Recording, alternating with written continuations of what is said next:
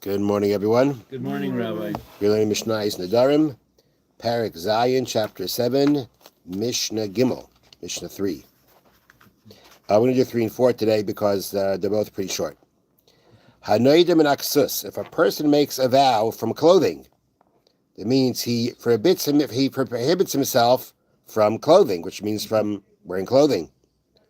Mutter besak biyariya b'chamila. He is permitted to wear. The translation they give here is sackcloth, urea, and chamila. Okay, that doesn't help us a lot for the last two. But the explanation is like this.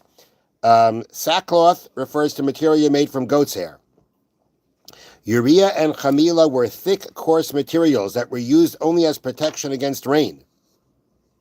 And being that these materials were not typically worn as clothing, as regular clothing, therefore, this is not enough for them to be considered clothing, and so they are not included in the nether. So the word ksus means clothing. These materials are not what people typically wear for clothing, and therefore, these materials will not be included in his nether, in his vow. Omar, let's say the person's vow went, kainam et semer oila alai, kona meaning as a carbon, as forbidden as a carbon, should wool go upon me, meaning wool, little translation, kodem as a carbon, tsemer oila alai, wool that goes up on me. Meaning wool that goes up on me should be like a carbon. That means he's forbidding wool that goes up on me. Mm-hmm. Okay, what does that include? What does that not include? Mutter liskasais begizei tsemer. That person can cover himself with gizei tzemer, with shearings of wool, meaning if the wool has not been made into any kind of clothing, then he can wear it. Because the fact that he said the words that go up on me is the way how people talk about putting on clothing. And therefore, it's only woolen clothing that's forbidden and not the clothing itself. So even though the wording sounds more like literal going up on me in any manner, the Mishnah is telling us, no, when people said that, again, at least the times in the Mishnah, when people said that, they meant going up on me means wearing as clothing. And therefore, the only thing that's going to be forbidden is the woolen clothing, but not just plain wool. Same thing in the next case. Pishtan oila alai. The person says, flax that goes up on me should be a konum, should be like a carbon. Mutter liskases banitzei fishtan. He'd be allowed to wear stalks of flax. Meaning, when you go ahead and you wear flax, what are you wearing?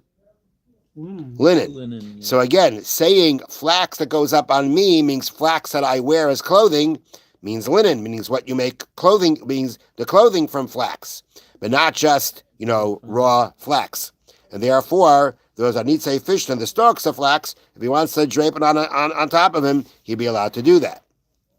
Now, Rabbi Yehuda says, and I want to just let you know that this Rabbi Yehuda Omer is not an argument on anything. This is an addition to Rabbi. It's an addition that Rabbi Yehuda says, and we follow that.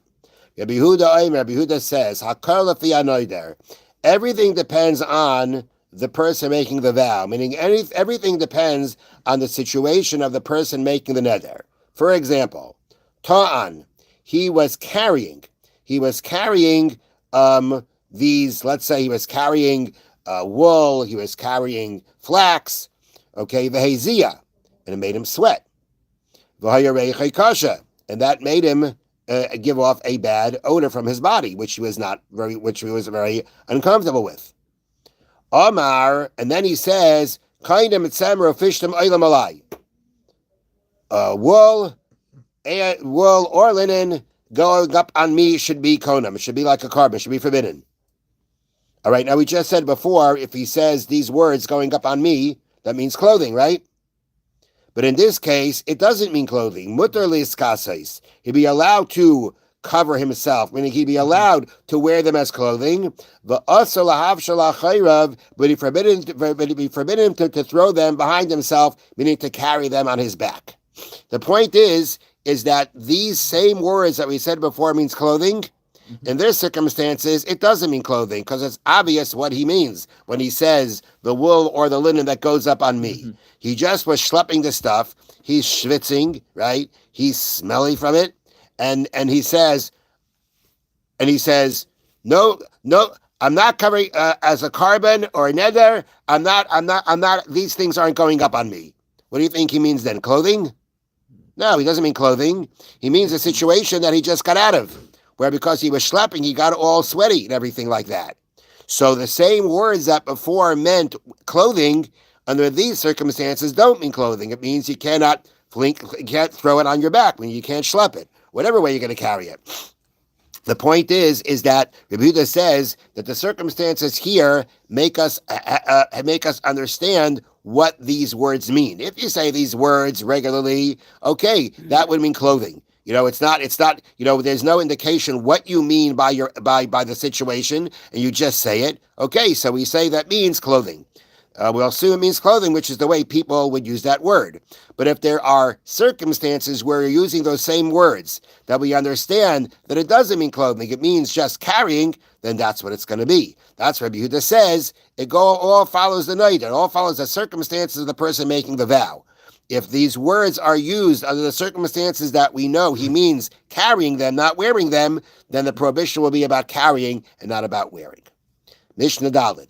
Hanoidem and Abayas. A person makes a neder that he may not enter a house. Okay, he cannot enter a house. Okay, Mutter ba'aliyah divrei Rabbi Meir. Rabbi Meir says that person may go to the upper floor of a house. Meaning, when he says, I may not go into a house, and there's he can make a neder like that. Can't go into the house. Okay, but he used the word bias. So Rabbi Meir says, what does bias include? It does not include the upper floor of the house. According to Reb Meir, when people say bias, they mean the ground floor. The Chachamim Oimrim Aliyah B'chlal HaBayis. And the Chachamim say no. The upper floor is included in the word bias, the house, when people say it, and therefore both floors are forbidden. Hanoidim and Aliyah. But if a person makes a neder that he cannot enter the upper floor, Mutter B'bayis, then he would be permitted to go into the house, into the ground floor, because no one calls a ground floor Aliyah, which means upper. Yeah. So even though bias house includes both floors, Aliyah, which is upper, clearly only includes the upper floor, and therefore the ground floor he'd be allowed to walk into. Have a wonderful day. Thank you, Rabbi.